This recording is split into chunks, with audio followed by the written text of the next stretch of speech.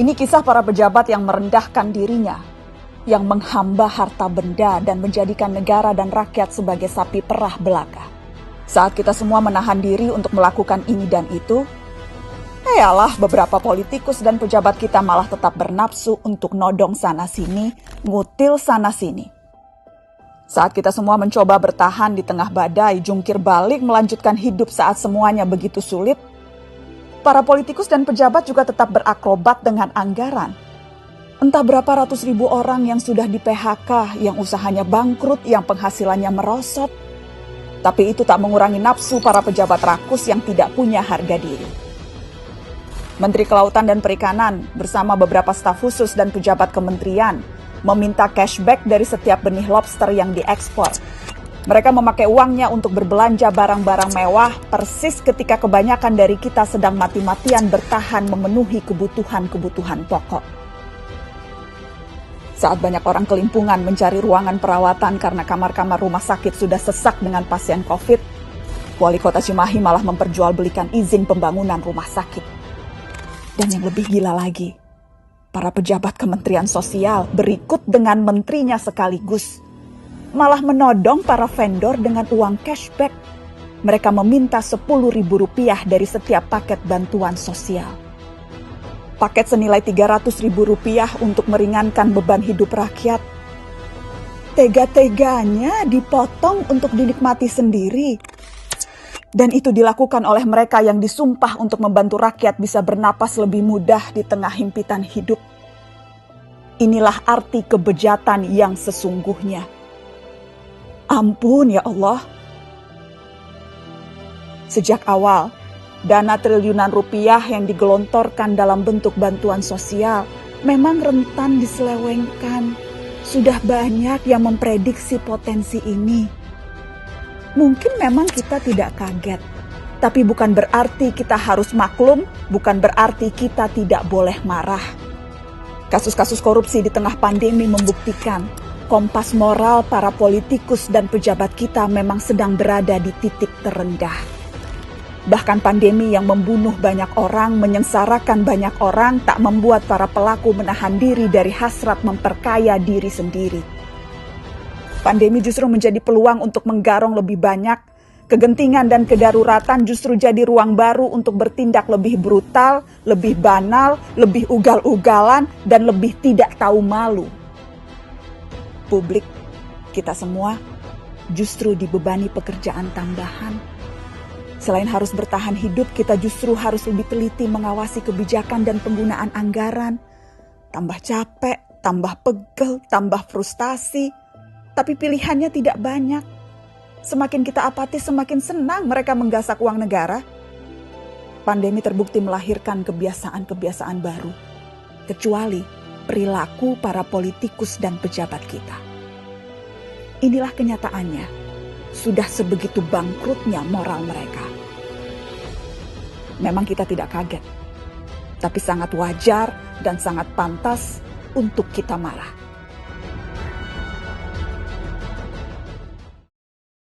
Hai guys, kembali lagi di channel YouTube kita. Yeay. Jadi pada kesempatan hari ini kita akan membuat suatu podcast mengenai kasus yang baru saja terjadi di Indonesia, yaitu kasus korupsi oleh Menteri Sosial berinisial JB. Sebelum masuk lebih dalam mengenai pembahasan podcast kita pada hari ini, kita akan memperkenalkan diri terlebih dahulu. Mungkin bisa dimulai dari ujung sana. Saya sendiri, Nyoman Panji Kurniawan, NIM 2781. Saya Ria Kmiati, NIM 2794. Saya Rajeng Putri Laila Salsabila, NIM 2829. Saya Sulfiasi Anggiani, NIM 2831. Saya Arabayu Persa Satria, NIM 2812. Saya Tara Fitri Natalisya Dipa, NIM 2849. Saya Dwi Febrianti, NIM 2800.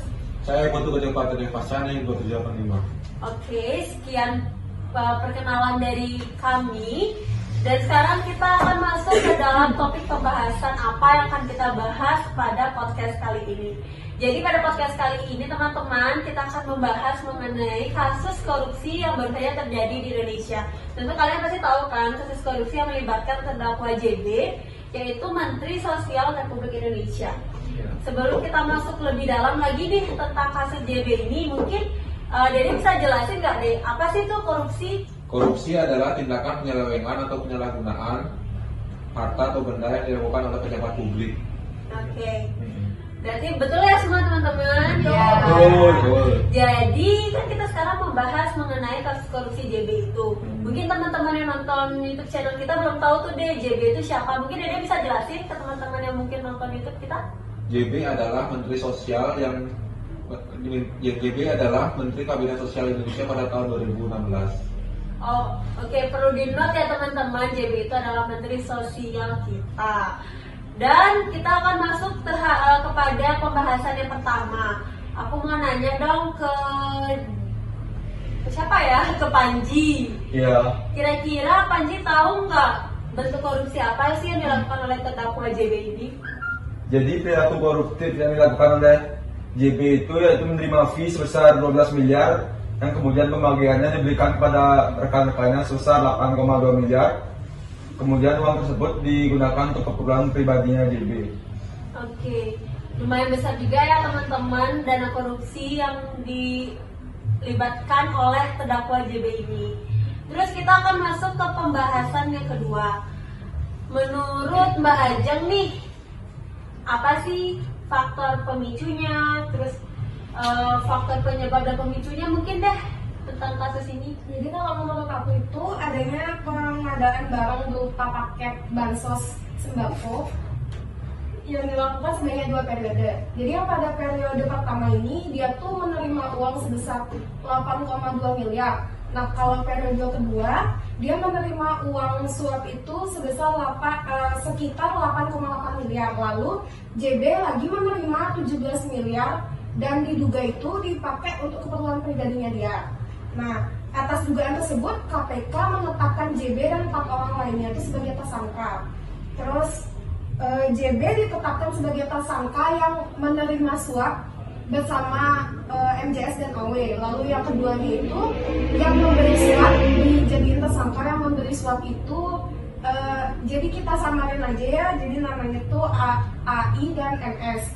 Nah terus faktor penyebabnya kalau menurut aku tuh kayaknya sih gini, kurang puas. Dia kurang puas tuh dalam masa jabatannya dia. Jadi kayak dia tuh merasa kurang aja, padahal tuh ya namanya kalau dia udah di situ kan pasti gajinya banyak ya kayak gitu. Yang kedua tuh kesempatan dalam bekerja dalam jabatan. Jadi tuh kan apalagi pandemi saat ini, dia tuh udah dikasih wewenang yang besar lah intinya kayak gitu. Tapi dia tuh malah menyeleweng kayak gitu. Jadi ya itu sih menurutku. Jadi kurang puas aja semuanya. Oke, berarti kan dengan adanya kasus korupsi yang dilakukan oleh tersangka ini, tentu itu kan berdampak terhadap kita maupun terhadap pemerintah sendiri. Menurut info yang aku baca sih, katanya juga itu berdampak ke pemerintah. Yang tadi udah jelasin sama teman-teman sebelumnya, itu kan dananya juga lumayan besar ya, 17 miliar. Jadi negara itu merugi sebesar 17 miliar. Apalagi dalam keadaan seperti ini.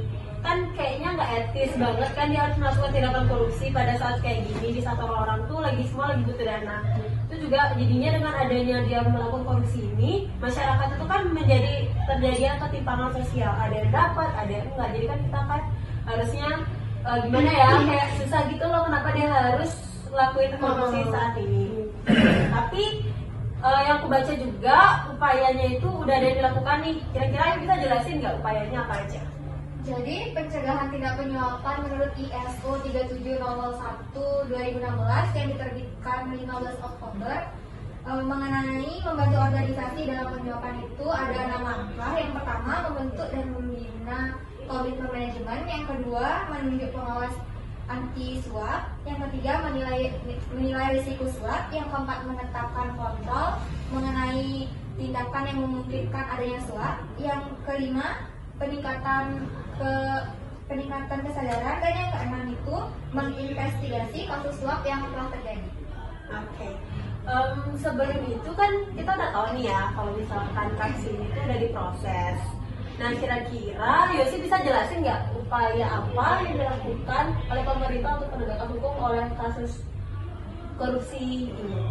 Jadi dalam kasus JB ini dia dikenakan pasal 2 ayat 2 tentang kasus suap menyuap. Tetapi dalam kasus ini tidak sepenuhnya si JB ini melakukan suap menyuap. Dia juga memberikan uangnya itu ke teman-temannya. Jadi dia tuh tidak secara langsung merugikan uang negara. Dan dalam kasus ini Ketua KPK itu pernah mengatakan dan melontarkan statement kalau siapapun yang menggunakan dana bantuan itu bakal dihukum mati. Nah, jadi dalam kasus ini tuh masih 50-50 selama kita juga melihat bukti-bukti yang ada, dan sampai saat ini pun jaksa penuntut hukumnya tuh belum ketok palu. Jadi sampai sekarang ini kita masih menunggu dari saksi-saksi yang ada. Kayak gitu. Itu kan upaya penegakan hukum ya dari pemerintah. Nah, kalau kita sekarang membahas mengenai kasus ini, tapi dengan lingkungan terbatas, kita kan sebagai mahasiswa nih, pasti kita punya upaya-upaya sendiri agar biar bisa kasus korupsi ini menjadi kasus korupsi terakhir di Indonesia. Kita mungkin menurut kita apa sih upaya kita sebagai mahasiswa bisa kita lakukan? Oke, kalau dari pandangan mahasiswa tuh kita bisa ambil dari moralitas.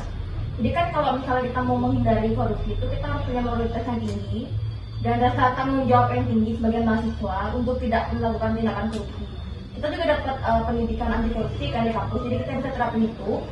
Terus yang kedua itu kita bisa identifikasi korupsi khususnya pada mahasiswa jurusan hukum misalnya atau enggak ekonomi. Kita bisa mengidentifikasi lebih awal tentang tindakan korupsi tersebut ya dari lingkungan terdekat lah, misalnya dari teman-teman. Terus untuk pelaporan itu dari pihak mahasiswa sudah bisa dan kita dapat mencegah sejak dini setelah kita dapat pendidikan anti korupsi di kampus. Itu sih kalau dari aku ya. Oke.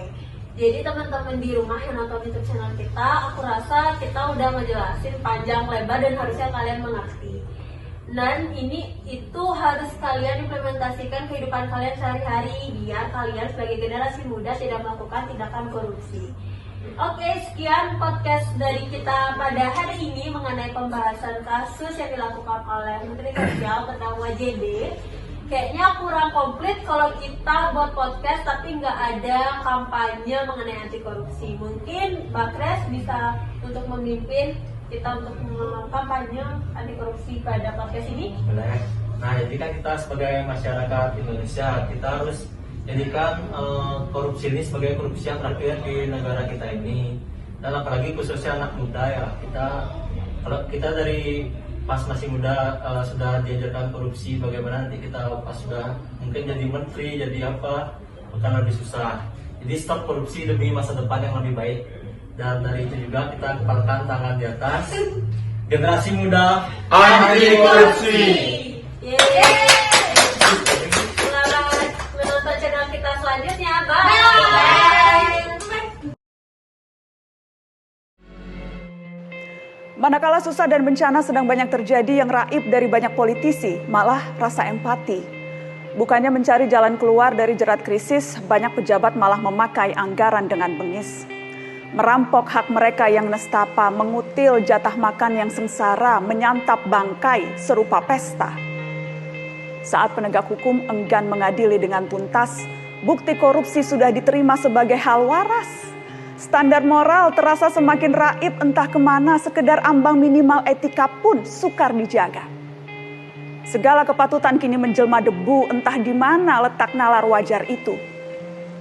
Agar semakin nyaman menerabas marka tanpa rasa malu yang dulu hitam dan putih disulap jadi abu-abu. Beginilah nasib bangsa yang dikoyak korupsi amat lama. Kita hanya bisa mengutuk sambil menahan sesak di dada.